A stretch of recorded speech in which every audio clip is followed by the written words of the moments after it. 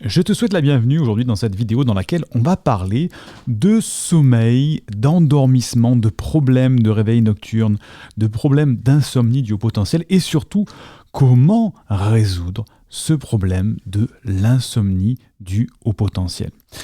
Je te souhaite la bienvenue à l'Université des hauts potentiels dans laquelle nous aidons les personnes avec un profil psychologique de haut potentiel à s'épanouir avec leurs douances pour, je l'espère, co-créer un monde meilleur. Tu sais que tu peux dès à présent télécharger une première formation offerte pour apprendre à canaliser ton haut potentiel et t'épanouir avec ta douance. Le lien se trouve en description de cette vidéo ou du podcast, puisqu'aujourd'hui on est en podcast. Eh bien oui, avant qu'on commence cette vidéo, je viens à peine de rentrer en France, si tu suis les vidéos en temps réel bien sûr, je viens de rentrer en France, je viens de traverser toute l'Europe, et quand j'arrive comme ça, je retourne dans une de mes maisons, eh bien il faut que je réinstalle tout mon studio, parce que j'ai un studio qui est assez nomade, puisque je voyage souvent. Et là, j'ai pas eu le temps de tout installer, encore une fois. Donc, tout est dans les cartons, dans les valises, dans les flycases même, on appelle ça. Et donc, j'ai sorti juste de quoi enregistrer un podcast. Ceci étant dit, parenthèse refermée, eh bien, le haut potentiel a, de par nature et de par définition même, un problème de sommeil. Alors, certains n'ont pas ce problème-là, mais ils ont plutôt un problème de cerveau qui tourne à toute allure, ce qu'on appelle la pensée en arborescence, ce qu'on appelle le hamster qui tourne dans la tête. Et tout ça fait que un grand nombre de hauts potentiels, émotionnels ou intellectuels, ont des problèmes de sommeil. Et tu peux te dire, je commence à être un petit peu angoissé au fait de ne jamais arriver à m'endormir le soir rapidement. Tu connais peut-être, si tu es comme moi, ces longues heures d'attente dans le lit pour pouvoir s'endormir, et tu dis ça y est, je vais me reposer, et en fait, qu'est-ce qui se passe? Tu as le hamster qui se met en marche dans ta tête, et tu commences à penser à un projet, deux projets, une idée que tu as eue, quelque chose que tu dois faire demain, et tu commences à échafauder toutes les tenants, les aboutissants, et tu explores tout ça, et les minutes passent, les demi-heures passent, les heures passent, et tu n'es toujours pas en train de dormir parce que ton cerveau a énormément de mal à s'arrêter.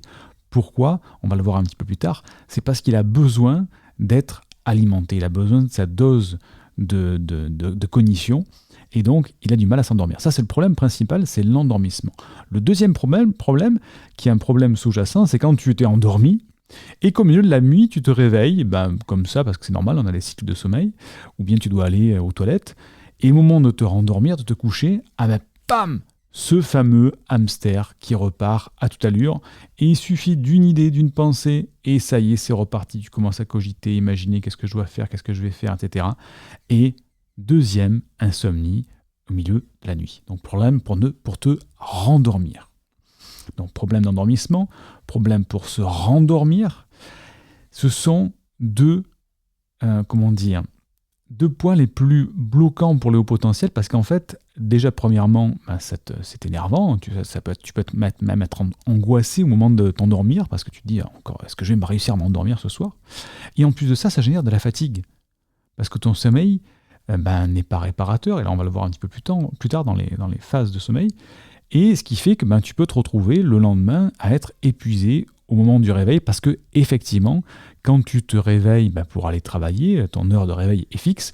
Par contre, si tu t'es pas endormi à la bonne heure la veille, ou tu t'es réveillé plusieurs fois dans la nuit, tu es épuisé. Et c'est pour ça que des fois, tu as des variations d'énergie au cours de la semaine, parce qu'en fonction de ta nuit, tu vas pas bien. Et tout ça, ça te frustre, parce que tu aimerais bien, comme certaines autres personnes, pouvoir t'endormir comme ça en quelques secondes. Moi, j'en connais comme ça. J'ai même ma mère, pour tout te dire, qui, elle, tu la poses quelque part, en même 30 secondes, elle s'endort, sans souci. Il y a des hauts potentiels, comme moi, comme on fait partie, on a d'énormes problèmes d'endormissement. Alors, angoisse, frustration, colère même, parce que tu te dis, c'est pas possible. Pourquoi c'est pas possible que, arrivé à mon âge aujourd'hui, j'ai pas trouvé une solution pour m'endormir vite.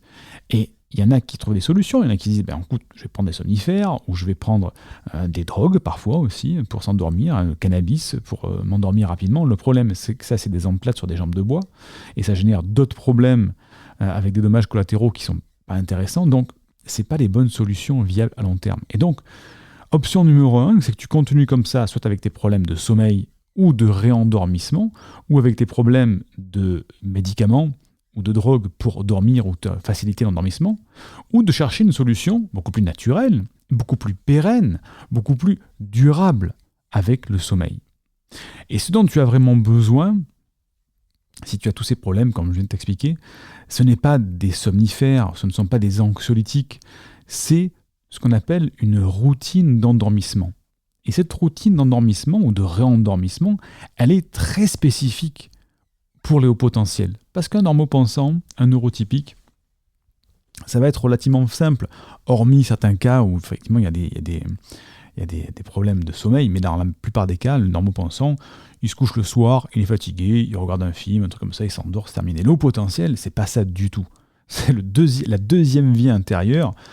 Et encore que là, je ne te parle pas de la problématique des rêves des hauts potentiels, qui sont des rêves parfois épuisants. Parce que le cerveau continue à fonctionner pendant la nuit. C'est-à-dire que pendant le rêve, au lieu d'avoir un rêve relaxant, entre guillemets, comme tous les rêves, mais en fait, c'est des rêves où parfois on se met à cogiter pendant le rêve. Bon bref, je ferme la parenthèse parce que ce n'est pas le sujet d'aujourd'hui, on en reparlera. Mais ce que tu as besoin, c'est d'une routine d'endormissement spécifique pour les hauts potentiels. Pourquoi ? Parce que ça va te permettre de réduire ce temps d'endormissement, ou même de le ramener à un temps d'endormissement normal, de quelques minutes, et aussi de pouvoir avoir une nuit avec plusieurs cycles de sommeil complets, puisque tu sais qu'une personne normalement constituée réalise plusieurs cycles de sommeil, et ce qui fait que le matin, tu te réveilles frais, dispo, l'esprit relâché, le corps reconstitué, plein d'énergie, pour avoir une journée de joie, c'est le cas de le dire. Donc, c'est quoi une routine d'endormissement ? Eh bien, c'est respecter un enchaînement de choses à faire qui vont t'amener naturellement vers le sommeil. Alors, il y a les choses très basiques dont je vais te parler, de la lumière, etc., tout ça, mais il y a des choses plus compliquées pour le haut potentiel dont je vais te parler aussi. Donc, comment on fait pour mettre en place ces routines ? Qu'est-ce que c'est cette routine ? Eh bien, il faut déjà commencer, comme je te le disais, par des règles de base.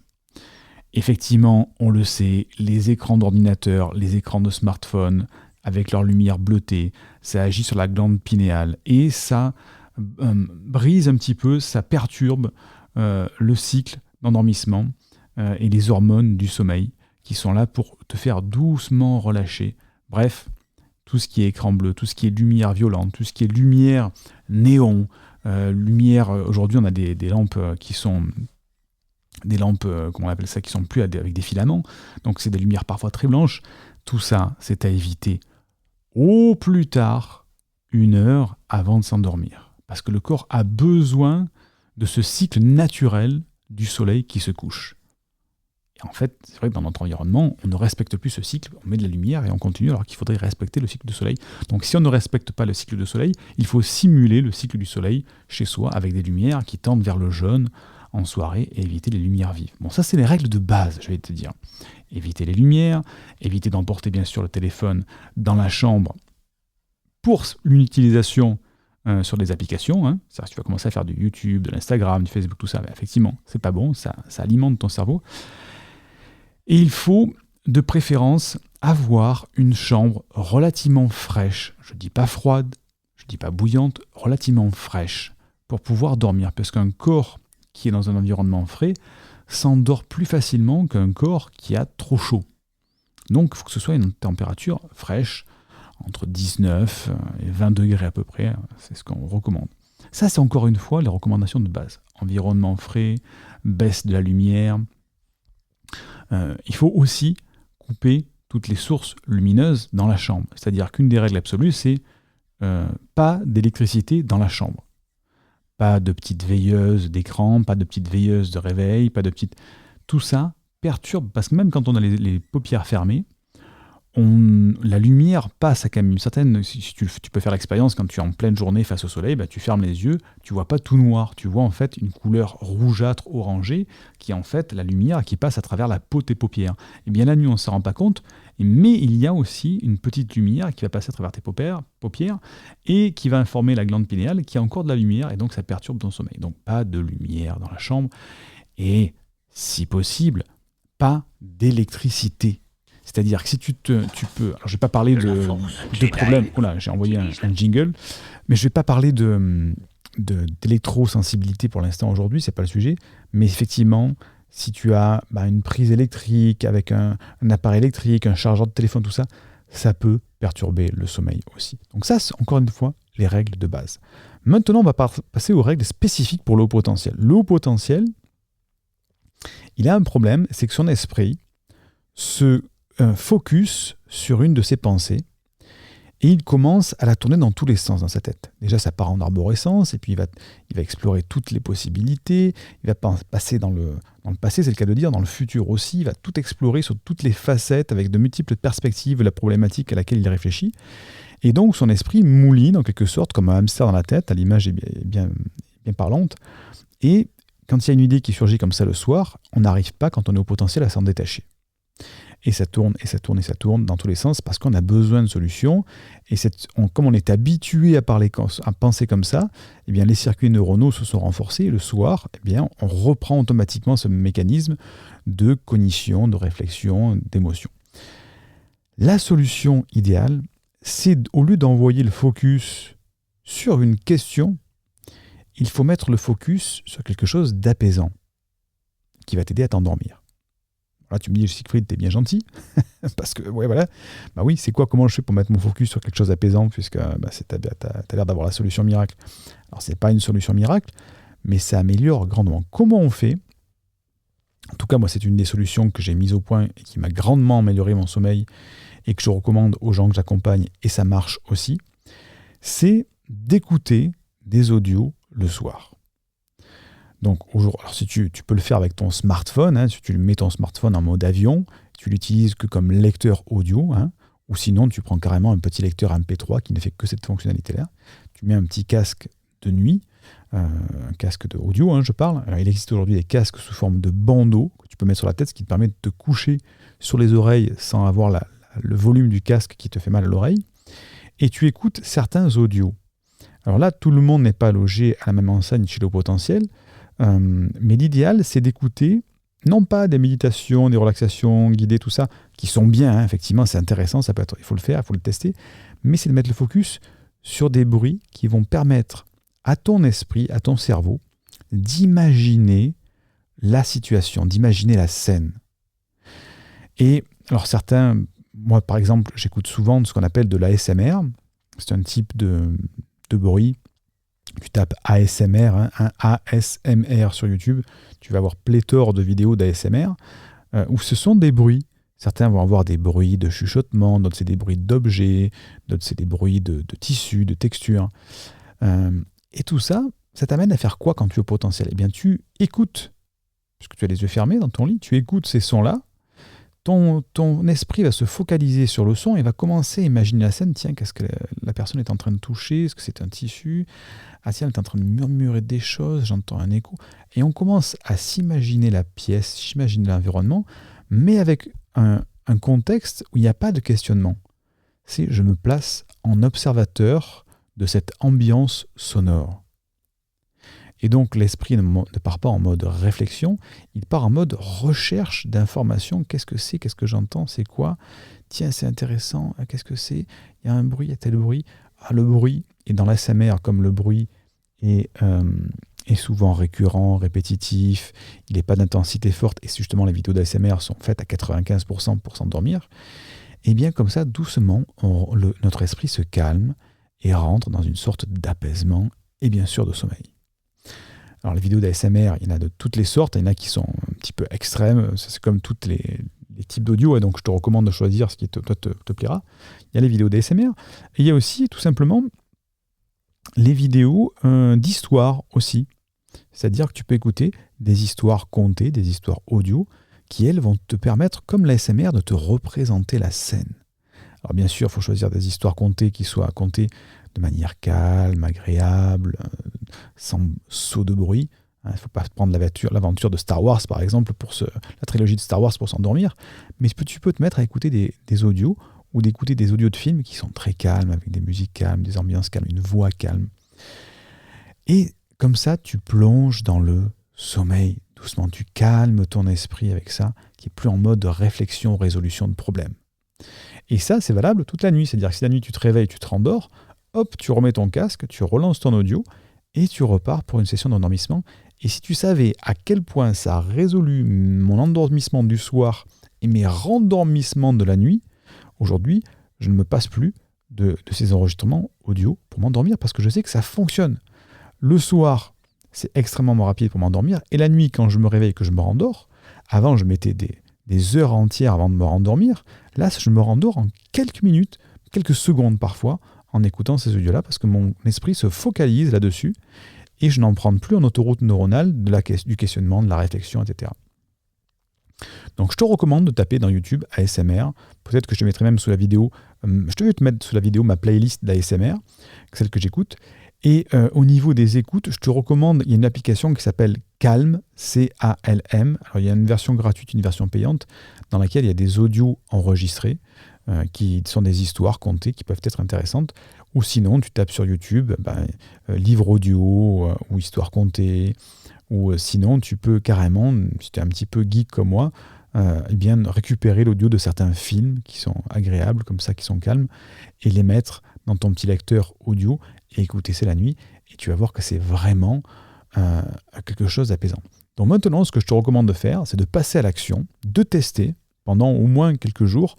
Tu prends ton smartphone. Alors, si tu es célibataire, tu es seul, c'est bien parce que tu peux mettre ton smartphone en mode haut-parleur, le son pas trop fort, et tu l'écoutes tout seul. Donc, tu n'as pas besoin de casque.